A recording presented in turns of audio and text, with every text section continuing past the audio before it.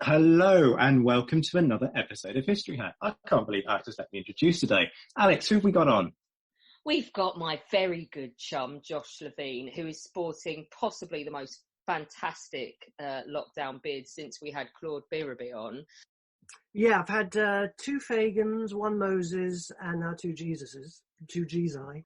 It looks wonderful, though. Josh is, of course, a fantastic historian who's published many, many fine books. He's currently working on North Africa and World War II, but he has books on World War One. He's had a book on Dunkirk. He was the historical advisor on the Christopher Nolan film. But we're here today because Josh's favourite book that he's ever written just never got enough attention. It was called Beauty and Atrocity, and it was all about the Troubles in Northern Ireland. And it was a real journey for you, wasn't it, Josh?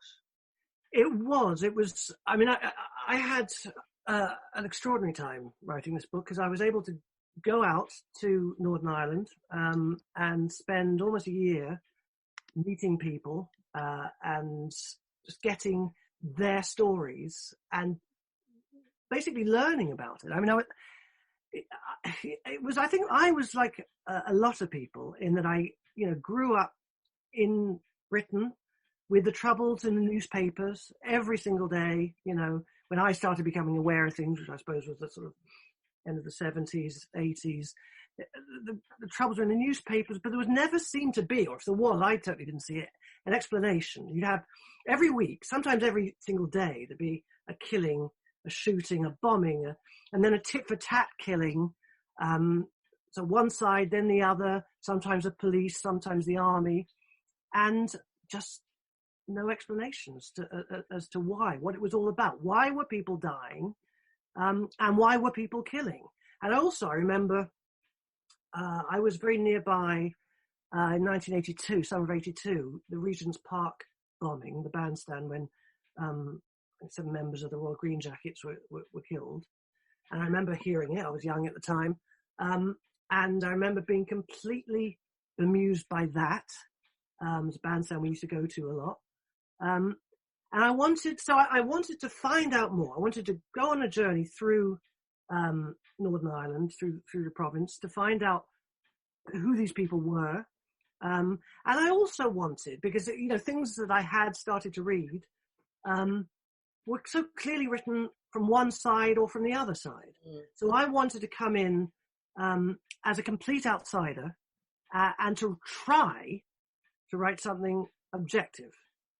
Or as objective as it could be, to explain, what's going on here. So that was what got me interested. And then also, about that time, I remember reading about a study called the Cost of the Trouble study that talked about this University of Ulster, which talked about, how people were affected. And the figures I read were just amazing. I mean, they interviewed 3,000 people in Northern Ireland. Of them, a quarter of those people had seen people killed or injured. A fifth of them had experienced some sort of deterioration in their own health due to some Troubles-related incident. And 1 in 20 of them had themselves been injured in an explosion or a shooting. And people were talked about being scared to leave their own area, to have a fear of strangers. If you think about, it is a small place, Northern Ireland, but, half the size of Wales. But the fact is that there you have this one place where all of these physical and mental effects, consequences were still alive when I was writing this book, and now today still. And can you imagine that in Britain? Here we were so close, and yet with no idea really about it, why it was going on. And so all of this left me with so many questions.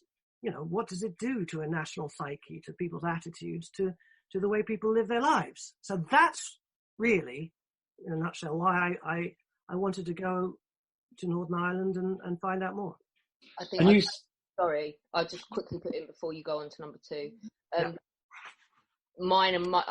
I am younger than you. My vague recollections are of being sort of very early on in primary school, but still being run down into the underpass under the Kensington Museums because there's something's been phoned in. the taking away. There were Americans still ask me why they can't find a trash can at Victoria or King's Cross. And it's like, well, if you do, it'll be a see-through carrier bag dangling from a holder. And it's because of this legacy of security. And then, of course, Americans, felt in relatively recent years, suddenly discovered terrorism. Terrorism started affecting America. And the Americans kind of thought they'd invented it. They didn't realize that actually we'd experienced all this for years and years beforehand. You lived with in London when I was little. You may have to scarper pretty quickly. But we're looking at very different kinds of bombs to what people would, or very different kind of terrorist attack to what, and the idea of phoning it in as well is sort of gone, isn't it? That this isn't. Yeah, it is. But it wasn't always phoned in. I mean, it was. There is this idea that there was always a code word, and usually that's true. But there were bombs that were that weren't phoned in, and also there were mistakes that were, when warnings accidentally weren't given, like in Omar. Yeah, I mean, there is a sense. I mean, I talked about this tit for tat. There was a sense that it became a game almost. That one side, then the other side, and I talked to soldiers and army officers who said that there was a predictability about it that made it for a while quite a good training ground for British soldiers. The army did use it as a training ground, but then there were events that sort of jerked it completely out of that predictability. I'm going to talk hopefully a bit about that, about the Brighton bomb, because you interviewed it, didn't you? We're going to get to this. Yeah. So yes, I mean, it was a strange sort of, at one level, there was a predictability to it. And you see that. There's an amazing book called Lost Lives, which is a compendium. It's like an encyclopedia of the Troubles that goes into detail about every single death. And you can see there is, for a long period of time, there's a pattern. First this side, then that side, army here, a police here. And as I say, at intervals, the whole, it would be sort of jerked out of that predictability and something would happen. It almost sounds sort of mafia-esque, doesn't it? One gang eliminates one person, then you have the retaliation and so on. It's a staggering mentality for somebody who didn't grow up kind of having been affected by the Troubles. It takes some getting your head round. It does. It really does. Yeah. It's such an extraordinary period. And you spent almost a year meeting people on both sides of the divide, soldiers, policemen, and politicians, as well as those in Ireland. People. Yeah.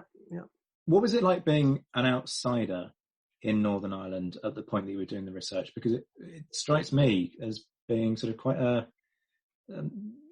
kind of difficult position to put yourself in. It was quite an interesting position to be in for a lot of reasons. I mean, I suppose it's important to have a first impression. As I arrived for the first time, I thought, good, have a first impression. The first impression was just delivered to me straight away. Coming from the airport in a taxi, taking me into Belfast, taxi driver said to me, this carries on from what we were saying before, he said to me, he hadn't even got his meter running, and he said to me, "Are you a Jew?" And I was just sort of totally taken aback. I mean, I'd been in Northern Ireland for 10 minutes. He's the first person I'd spoken to. And I said yes. He said, "My son's name is Reuben. He's more of a Jew than you." I didn't know what to say. Then he said, "The Catholics are anti-Semitic. I'm a Presbyterian, and we like you. So you've got nothing to worry about, because when Jesus comes again, don't worry, the Jews are going straight to heaven." So I was barely arrived, and already I was being categorized. Jews, absolutely, completely categorized. And it was a lot to take in. I was staying after that on a place called Killyleagh on Strangford Lough, which was absolutely beautiful and had a legend around it. I was made very welcome because people were so friendly. And another thing is they wanted to talk. The things they were talking about they weren't really history yet. It was almost too recent. So people wanted to be the first to go on record, to make their story into history. So a lot of people were quite keen to talk to me. And then also I encountered a lot of certainty, if you know what I mean, freedom from doubt in the way people talked about their lives, their experiences, this sort of intensity of belief. And it was something that I wasn't really used to, you know, coming from a place in the background where I've been encouraged not to pass judgment on other people's beliefs.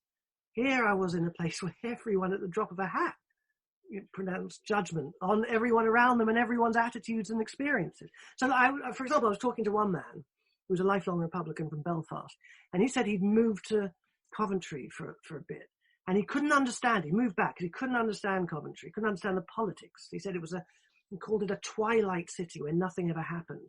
And he started laughing about the fact that they thought a big political achievement in Coventry was to build a zebra crossing. And I was sort of looking at him thinking, isn't that what it's supposed to be about? Yeah, you know, this is winning. This is, I mean, keeping children safe is quite important, isn't it? So they can cross the road. But no, to him, it was laughable. It was nothing. And so part of me was sort of amused, and part of me, it was, you know, there was, if I'm honest, sort of throwing myself into a place like this with this intense belief and certainty and lack of doubt. There's almost a sort of, you know, it came with a bit of jealousy. You know, that people could have this total belief that sort of drives them on in life. And I suppose jealousy is putting it strongly, but a sort of very mild, you know, a sense that wouldn't it be nice to wake up in the morning and know exactly who you were, what you were for, and what you were against. It sort of takes the confusion out of life. But having said that, the remedy for that kind of envy was absolutely everywhere. I mean, you remember you've seen the Belfast murals, you know, those fantastic, large, gaudy sort of paramilitary paintings on the gable ends of terrace houses.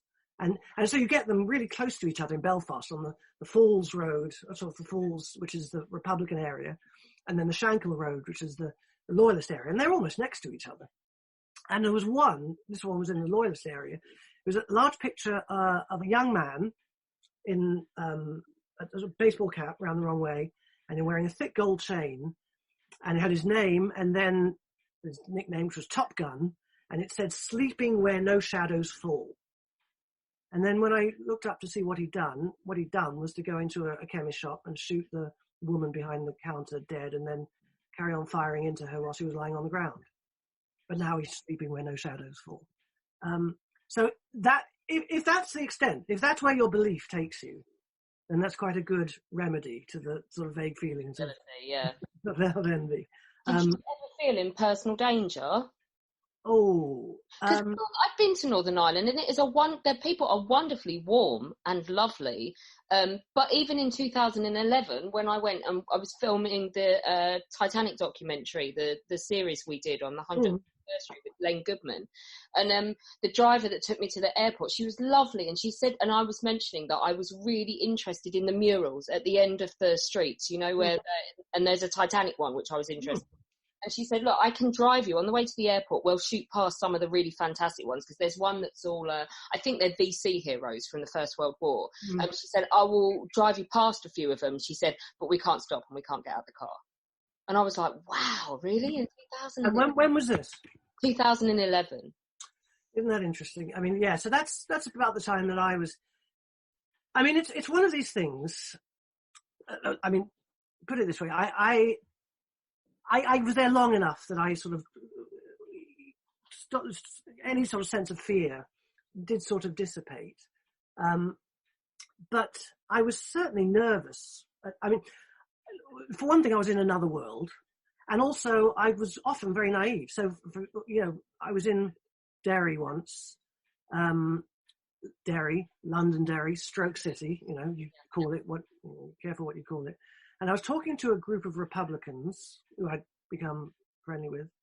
And I suddenly thought, I'll ask this. I asked them whether a particular Republican leader, Martin McGuinness, who was then very much alive, now dead, was under suspicion for being an informer, what they thought about this. And the mood, which had been totally friendly, my God, it just froze. Yeah, I think we should say as well that the people that you purposely went out there to speak to, people that had been directly involved in terrorist acts. I wanted to speak to, people who had either carried it out, people who were victims of it, soldiers, policemen, politicians. I wanted to speak to, but also, ordinary. I wanted to get, the people who were at the sharp end, if you like, but also a cross section. I wanted to find out, what Northern Ireland was. And so here I was in this room of Republicans, and they just completely froze. And one of them just stared at me. My knees sort of slightly gave way. That's my own stupidity. It was a ridiculous question to ask at that time and place. I just suddenly got emboldened. Someone else said to me once, someone else said to someone that I'd been speaking to, he knows more than he's letting on. Which I, to this day, have no idea what that meant. And then someone else said, I can talk to you. And I asked them for an interview. You've been vetted and you're not a spook. And again, who and how did they vet me? Was I definitely not a spook? I mean, no, I wasn't, but it's just so fascinating to me how this worked. But you've got to remember, I was an outsider, a total outsider, at a time when informers were still reporting back to their handlers in Northern Ireland. And, there's a Seamus Heaney poem. My book is Beauty and Atrocity, which is a line from a Seamus Heaney poem. There's another poem called Whatever You Say, Say Nothing. All about life in Northern Ireland. Saying the wrong thing to the wrong person could have terrible consequences. And I always think of, a man called Robert Nairac? You heard of Robert Nairac? No. He was a Coldstream Guards officer who sort of slightly went rogue, really. He took it on himself. He thought he was, the great secret agent, and he posed as a Republican in a pub in South Armagh, which is, bandit country. And he was in this pub one night and he started singing a Republican song with the band. And anyway, he was taken out and over a period of hours tortured and killed.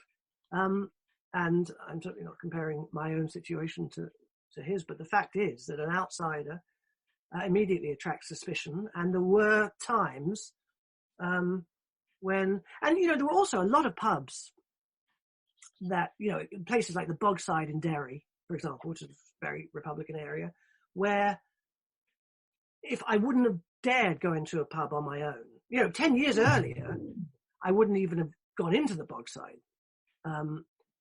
Now, when I went, which was 2010, 2011, I was all right to go in.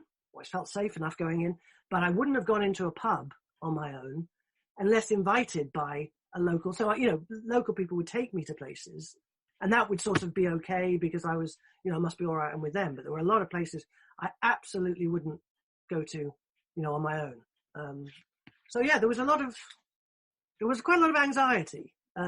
But was I ever really in danger? No, I wouldn't say so. When you were interviewing people, were they aware that you were talking to folks on the other side of the divide? Yes, I was absolutely clear. I was never, there seemed to be absolutely no point in trying to use subject. Why attract more attention to myself by being caught out in any kind of a lie?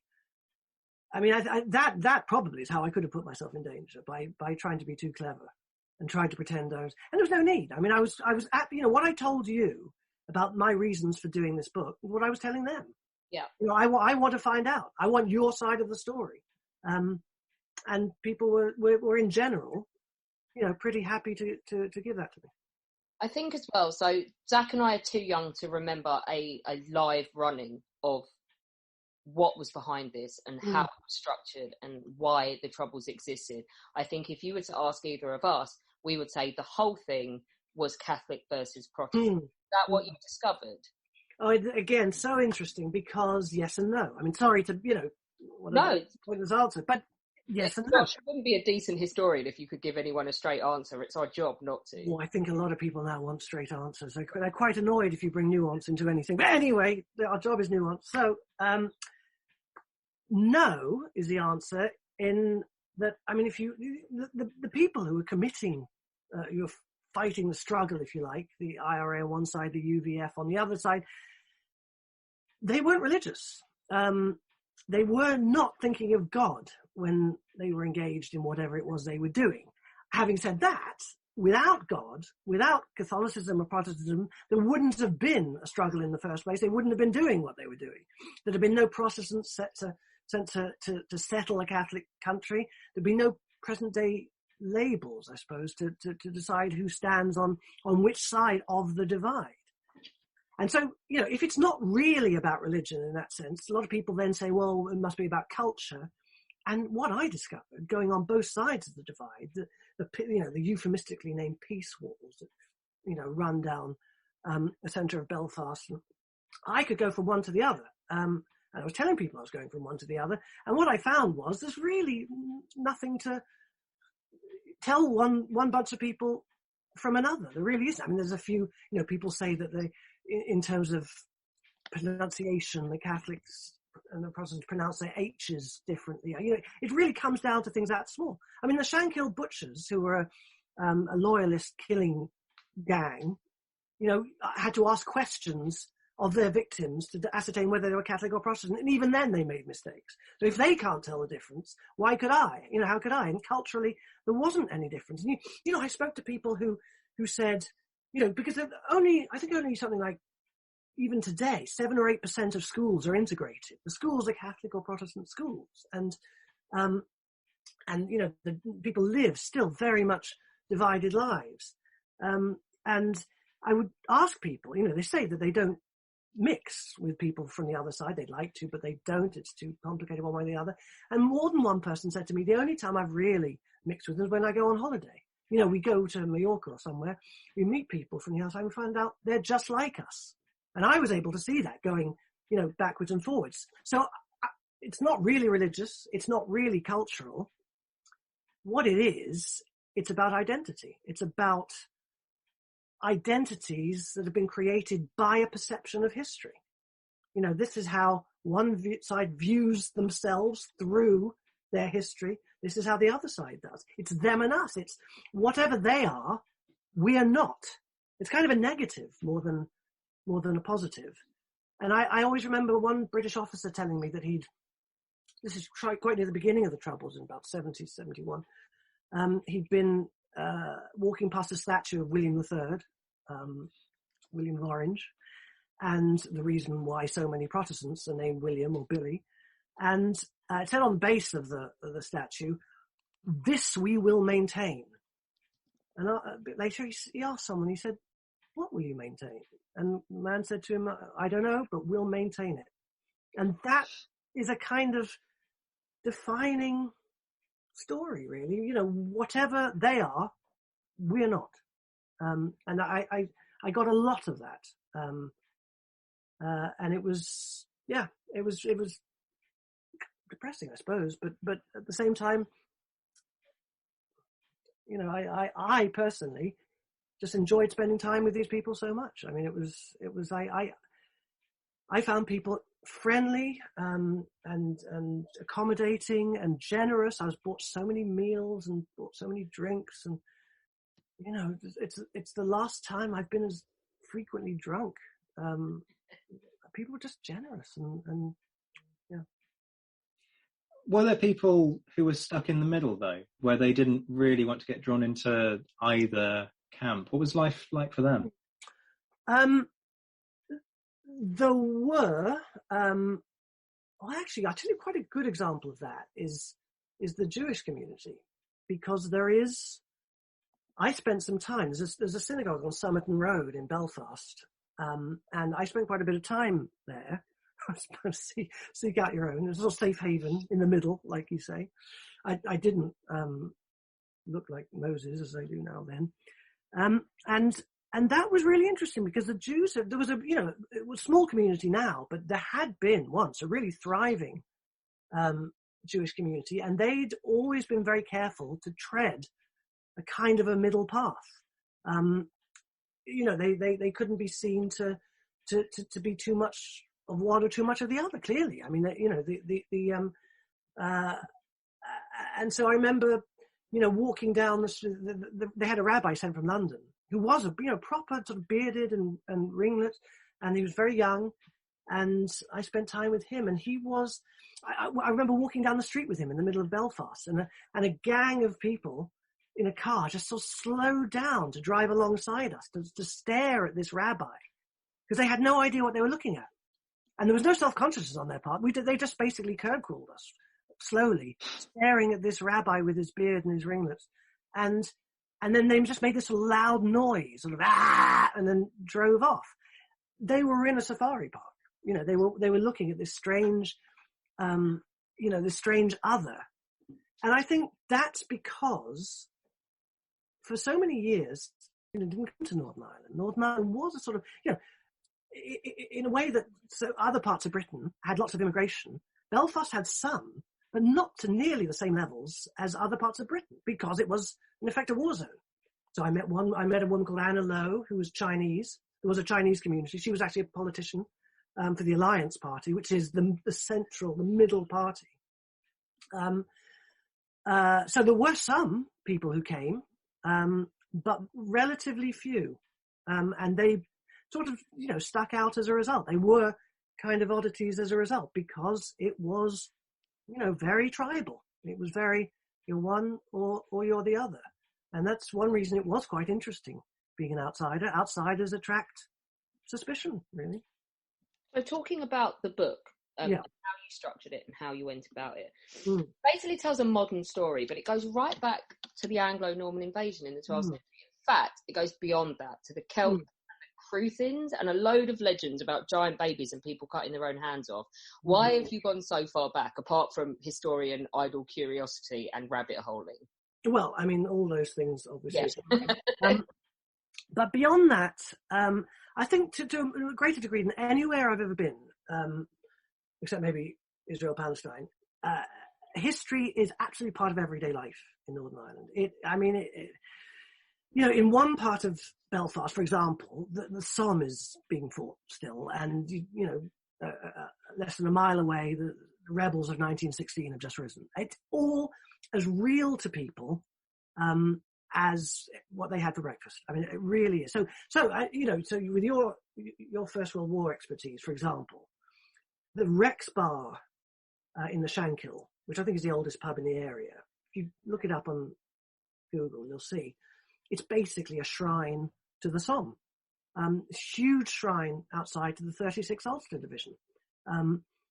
It's extraordinary. You drive past and it's everything is about the division, about the Somme. And finally, if you look at it at the Somme, members of that division went over the top shouting "No surrender," which itself is a reference back to the Siege of Derry of 1689. So during the Somme, they were referencing the past. You go in there to drink now, you're referencing the Somme.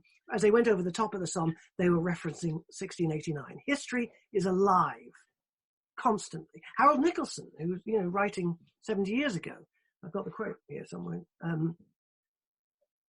He said, "The Irish themselves have no sense of the past. For them, the present began on the 17th of October, 1171, when Henry II landed at Waterford. For them, history is always contemporaneous and current events are always history." And he was writing that 70 years ago, and it's still absolutely true.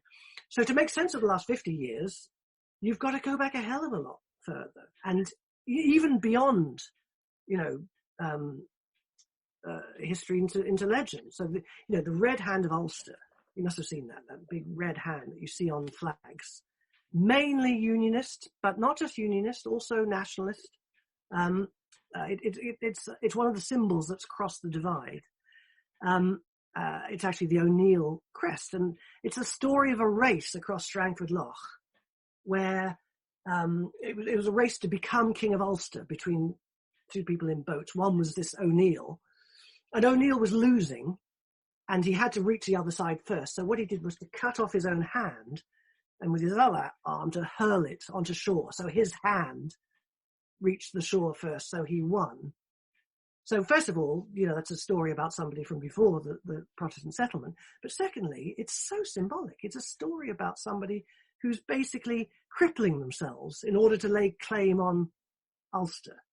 And my God, you've seen that. I mean, it just seems to me that is so symbolic of, what's happened so often down the years. And another thing, if you go into the Tower Museum in Derry, London, Derry, Stroke City, history is told, the last 50 years is told, or at least it was when I was last in there, you have two parallel walls on either side. And one side tells history from one perspective, the other side tells history from the other perspective. They can't even have a single story. The museum has to give it from both sides. And one man, a university professor, he told me that everything anyone says to you here, no matter how much they say is foregrounded on fact, it's all subjective experience. None of it's true. He said there's no truth in this place. Anyone who gives you the true version, you know not to trust them. That's what he said to me. And that's pretty good advice. And it's not because anyone's a liar. It's because truth is everywhere. Of course, we're historians. We deal in subjective truth. But my God, it's unusual to find somewhere where it's so subjective and polarized.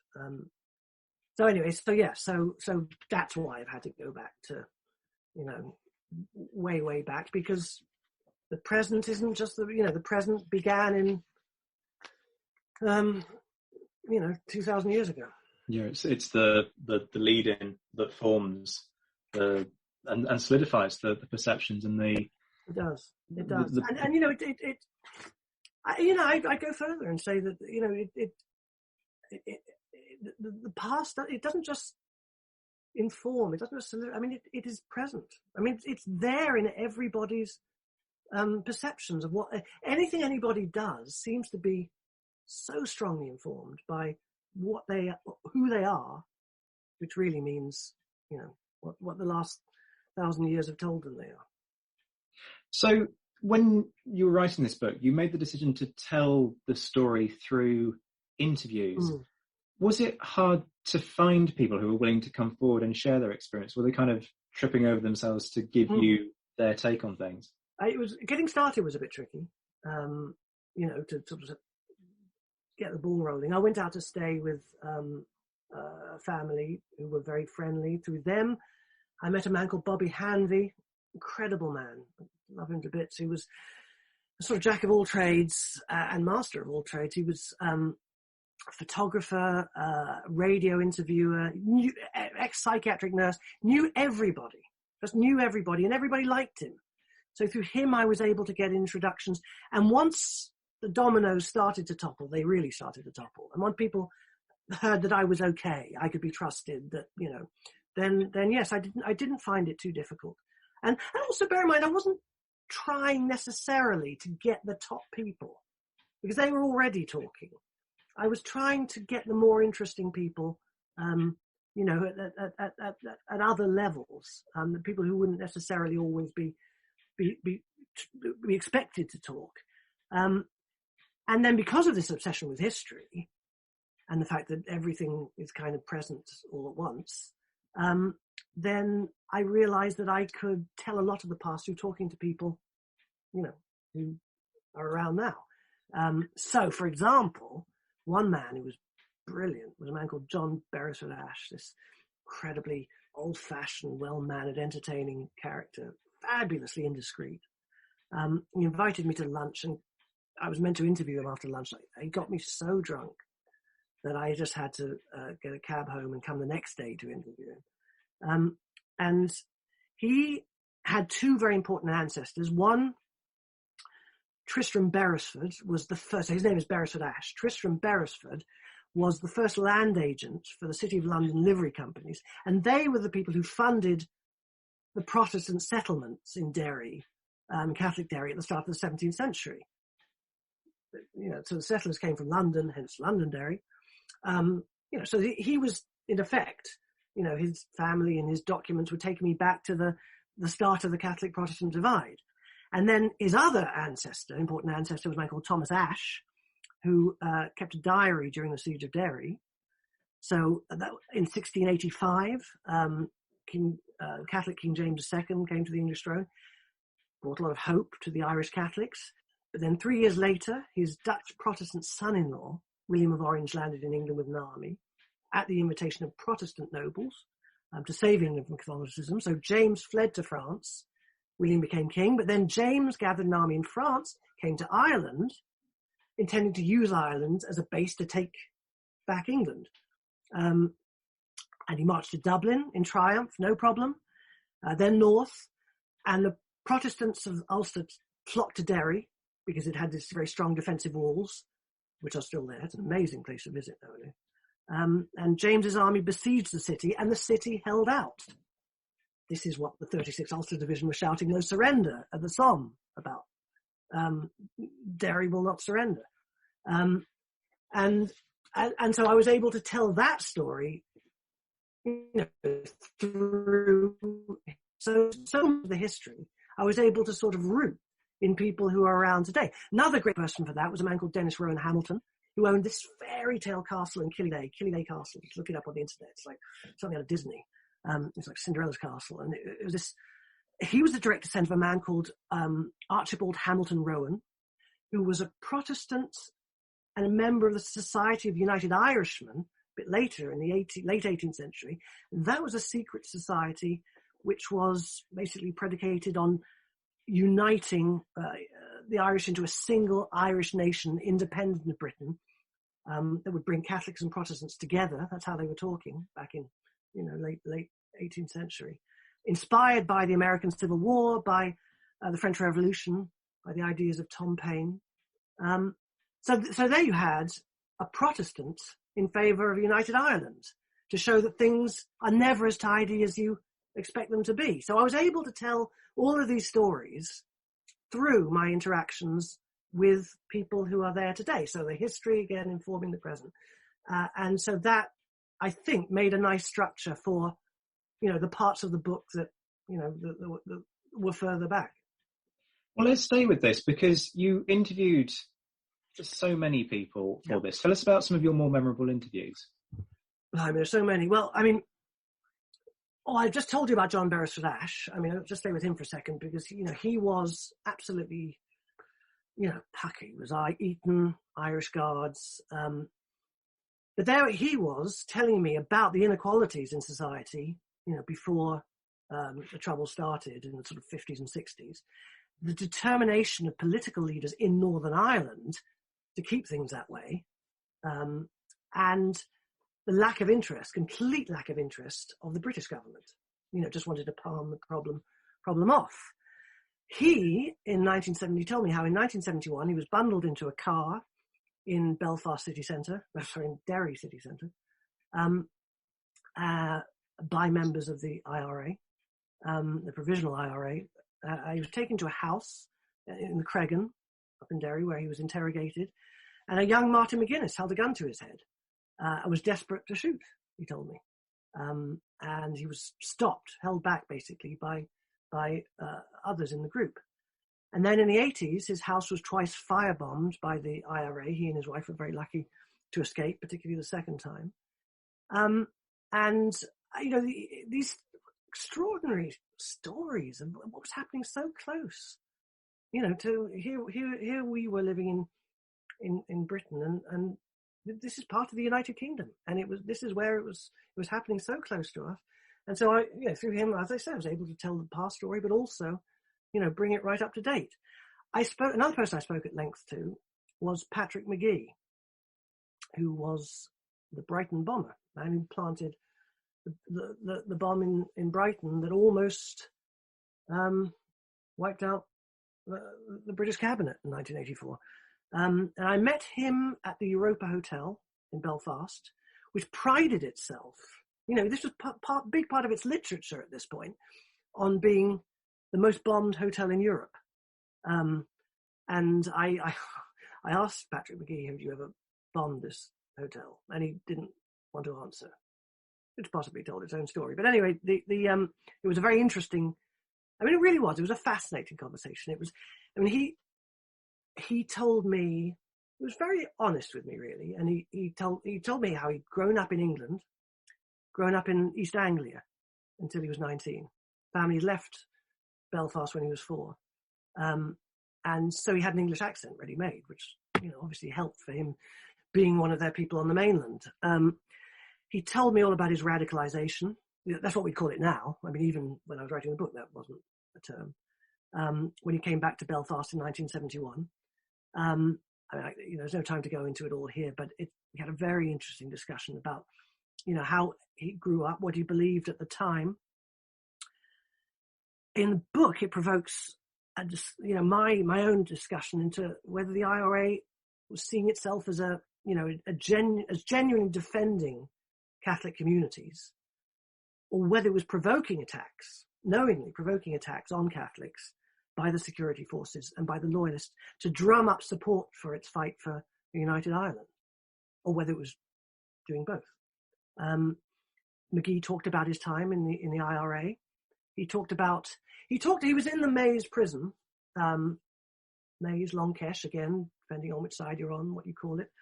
He talked about Gerry Adams' long war strategy of using smaller guerrilla units, and then together with building up the political side of things, Sinn Féin, priests, it was called, at the time, in 1981, I think, the ballot box in one hand, the Armalite in the other, that sort of joint military and political strategy. He talked about the fact, what he's known for, the Brighton Bomb, the act that shattered the tit-for-tat nature of the Troubles. This is what I was talking about before. You had this killing on one side, killing on the other side. It's almost a routine. And what this did, the Brighton Bomb, was to jerk everything out of that routine, to show that the IRA was capable of, hitting, well, not only the mainland, but, the center of government. They were capable of a lot more than localized killings. So, in one way, it really furthered the IRA's cause. In another, it could have completely set back this idea of, violence and politics. Because if you think about it, how could the peace process ever have been successful, taken place, if the IRA had killed Margaret Thatcher and her government? No British government would ever, would for decades have been able to negotiate with Sinn Féin. So, I remember one thing I remember that McGee said that was interesting. He talked about British army brutality and torture of IRA members and probably people who weren't IRA members. And I asked him what right the IRA had to complain when, if a British soldier was captured, he was interrogated and shot. And he said the British had the sovereign power, which they abused. He said they had options, we didn't. So we had, it was quite an interesting, trying to get into the, to the thinking, his thinking at the time and how his thinking has now changed. Because, there was a big change, for example, in republicanism, because republicanism finally accepted that actually Britain may well have no strategic interest at all in Northern Ireland. Britain may well actually, want to get rid of Northern, see it as a problem that it doesn't really need. But the Unionists, who after all had been living there for 400 years, had a very strong and sincere interest in remaining. I mean, at one point the Republicans came up with this idea that they could be offered grants to return to Britain, which is totally ignoring the fact that this is where they live. And, it's not that simple. So until Republicans engaged with the Unionists, the strategy of attacking the British and waiting for them to leave was arguably just pointless, because the British weren't going to leave because of the Unionists. And so we talked a lot about that, and he sort of, accepted it up to a point. And he talked about the Good Friday Agreement as being a victory for Irish Republicans. And of course, not all Republicans agree with that, because the Republican objective, when McGee was active, was to get the British out of Northern Ireland, or the 6 counties, as they called it. And of course they haven't, or at least they haven't, there's no army on the street now, but, it's still part of the United Kingdom. And besides all this, and maybe most interestingly, we talked about how he feels about killing people who had no discernible connection to Northern Ireland. I mean, the people that he killed in the Brighton Bomb, they weren't responsible for government policy. And, he killed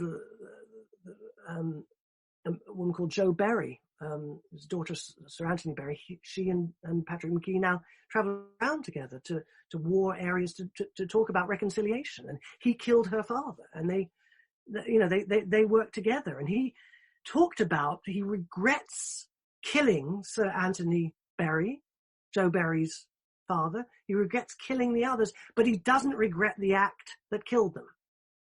So he's got this sort of, square to circle. And I can't do it.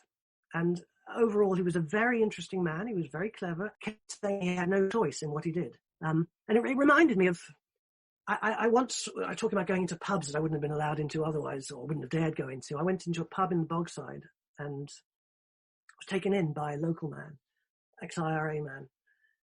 And we had a lot to drink, and he ended up drunk, very drunk, and very, very worried that he was going to, when he died, he was going to face his reckoning. And he was genuinely, you could see he was racked by fear about it. So, I don't think McGee is religious in quite the same sense, but, he was a very troubled man. But then you listen to that. And then, one of the first things I did after that was to talk to Bob Stewart, who then was a major commanding the 1st Battalion of the Cheshire Regiment. He'd been quickly on the scene when a bomb went off at a disco, which killed a lot of his men, the drop-in well. And he told me about talking to a local girl who died while he was holding her. She actually asked him if she was going to die. He said yes. And she asked him to hold her while she died. And one of his soldiers lost his legs. And there and then, at the time, was joking about it, saying this is a fuck of a way to get out of a cross-country run. He was telling me all this. So on the one hand, I hear Patrick McGee struggling with his, what he'd done. And then I hear Bob Stewart telling me about the aftermath of that, that form of act. So, in this book, I'm really trying to get at, it's a kind of, there's a lot of emotion in it. There's a lot of head stuff. There's a lot of heart stuff. There's a lot of trying to make sense as an outsider of people's experiences as best I can, and to try and tell it from as many sides as I can. Not that I'm absolving myself, I'm in there. Sure. But at the same time, I am trying to let people explain themselves, and if necessary, give them enough rope. Tell us about interviewing Jerry Foster as well. He was really interesting man, INLA man, who he planted a bomb that was intended to wipe out basically the unionist political leadership, and then one of these people did an about turn, became a peace campaigner. And again, really interesting man. He told me a story as well about with his daughter. They were watching Schindler's List one night, and he'd spent a lot of time in prison. And his daughter, and he sort of drew a parallel between the fact that people in, the prisoners, if you can call them the prisoners in Schindler's List. Daughter said, but, I thought prisoners were bad people. And he used his own experience to sort of say, well, look, I was in prison. I wasn't a bad person. So again, you've got a lot of these strange moral equivalences that are being drawn that to an outside audience are almost obscene. Mm.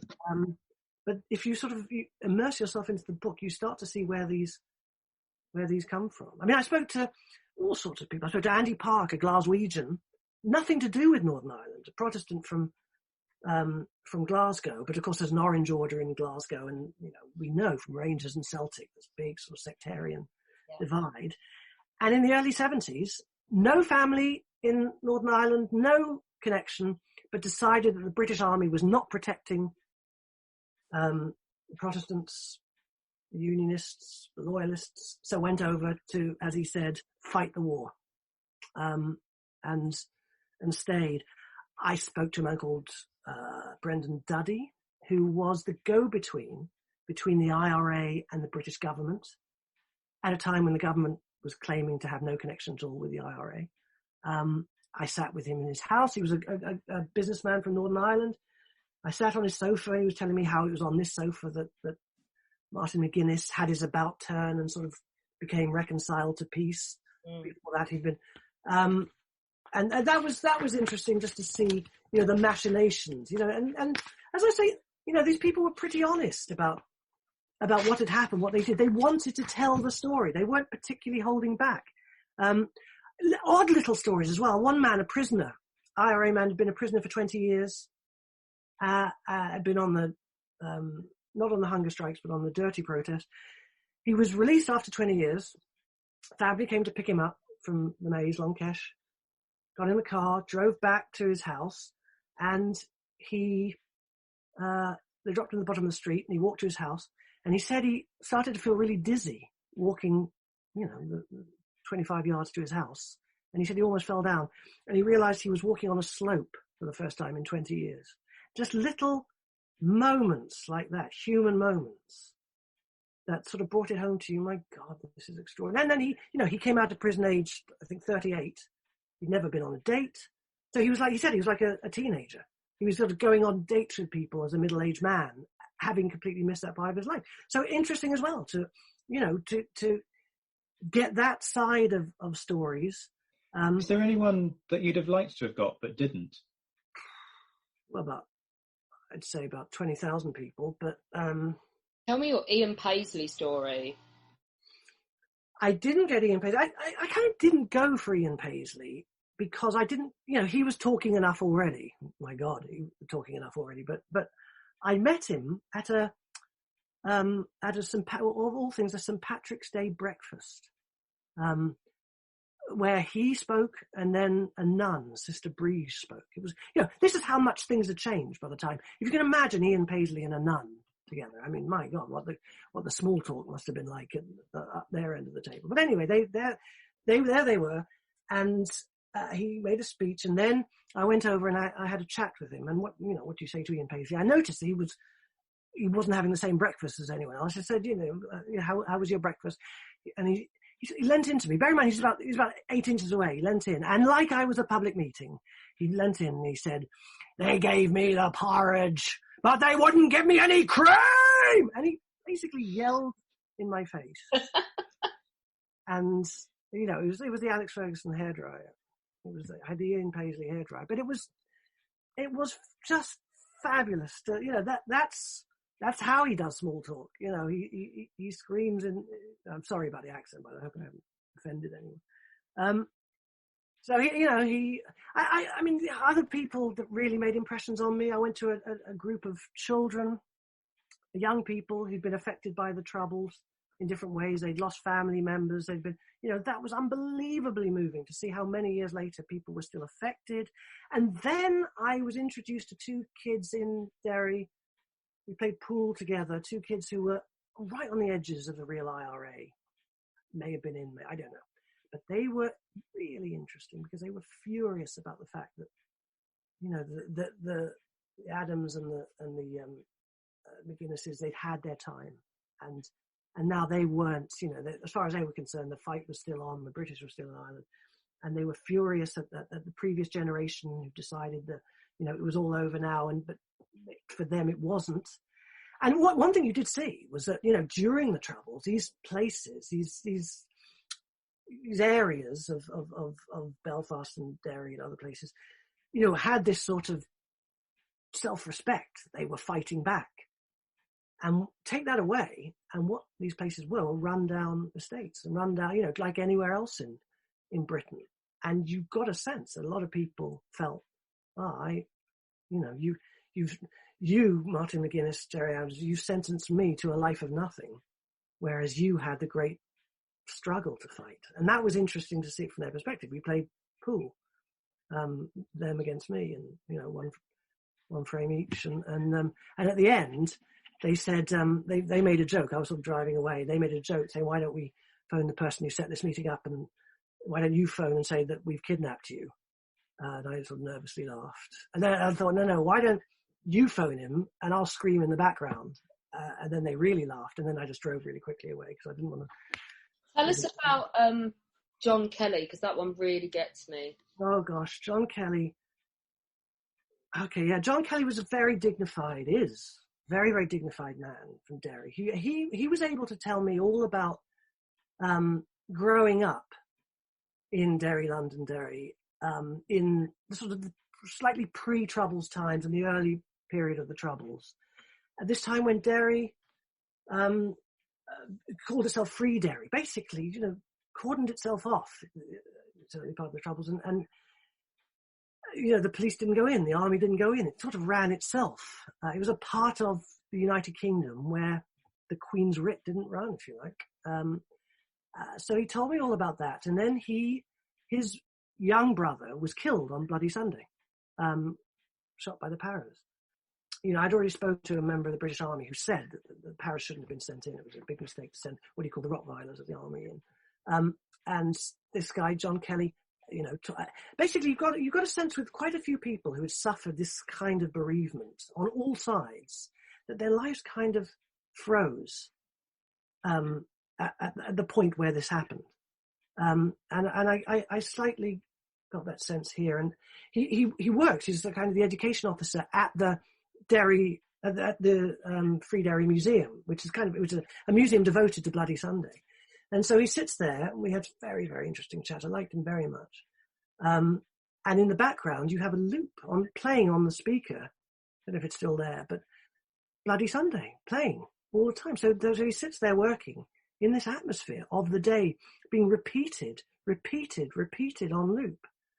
And it's, it's, there's kind of a, I don't want to come across as too judgmental, but there is again, it ties into this idea of the past always being alive. The past is always with us.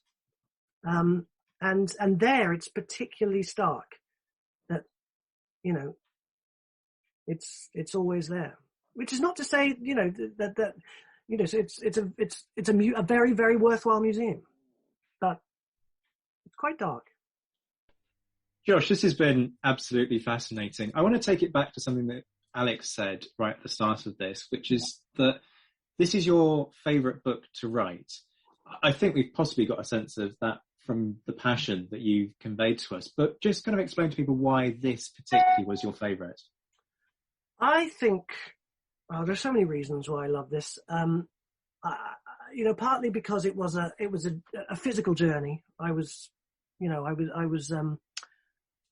traveling around, partly because I was meeting people, and they were invariably interesting people, whether I liked them or not. They were fascinating. It had that slight element, I wouldn't say danger, but it had that slight element of the unknown to it. If I didn't quite know I didn't know who I was going to meet next. I didn't know where the story was going to take me. It became a real passion project. And I suppose also because I've written a few books now, and some have done quite well and some have done less well. But of all of them, this is the one that's been forgotten. I mean, people, if you look on Amazon, there's all reviews, good and bad for all of them. This one, I think, it's got 4 reviews. It tells the same story. And yet it's the one that kind of means most to me in some ways. It was personal because it was my journey. And I would love for more people to be aware of it, and people to read it. And if Amazon gets one purchase as a result of this interview, then I'd be delighted. Actually, I've got to buy another one because I've only got one copy left, so we will get one purchase. Alex, is this going to be in our bookstore? Oh, hell yes. Beauty and Atrocity by Josh Levine will be in the History Hack bookshop at bookshop.org, which means not only do we take away business from the Leviathan that is Amazon, that doesn't treat authors very well, not only does Josh get paid, but History Hack gets paid as well. Go to the History Hack bookstore, grab this book. I'm definitely going to do it because it sounds absolutely brilliant. It's not a period that I know much about, but this has been just an education. Thank you so much, Josh. It's been great having you on. Oh, absolute pleasure. Loved it. Thank you very much. Don't forget that we do exist on Patreon as History Hack and on Patreon as well, which is Podbean's own version. Alina and I have had massive fun doing this in 2020, but life's going to change quite a lot next year and we're going to actually have to go and earn a living, etc. If we want to keep up the regularity that we've been bringing you and the kind of guests that we've been bringing you and the workload, then we will need your help. So if you join There's going to be incentives for joining on either of those platforms. We're revamping ourselves on both of them. So don't forget to go in. You can do as little as $1 a month, and it all goes towards keeping up History Hack as regular as we've been able to bring it to you this year. When our guests join us to talk about their work and their new book, the 45 minutes or so they spend with us is just a taster of all their efforts. So to this end, we have launched our very own bookshop on bookshop.org, where you can find our guests' latest and greatest books. You can support them, and you can support History Hack too.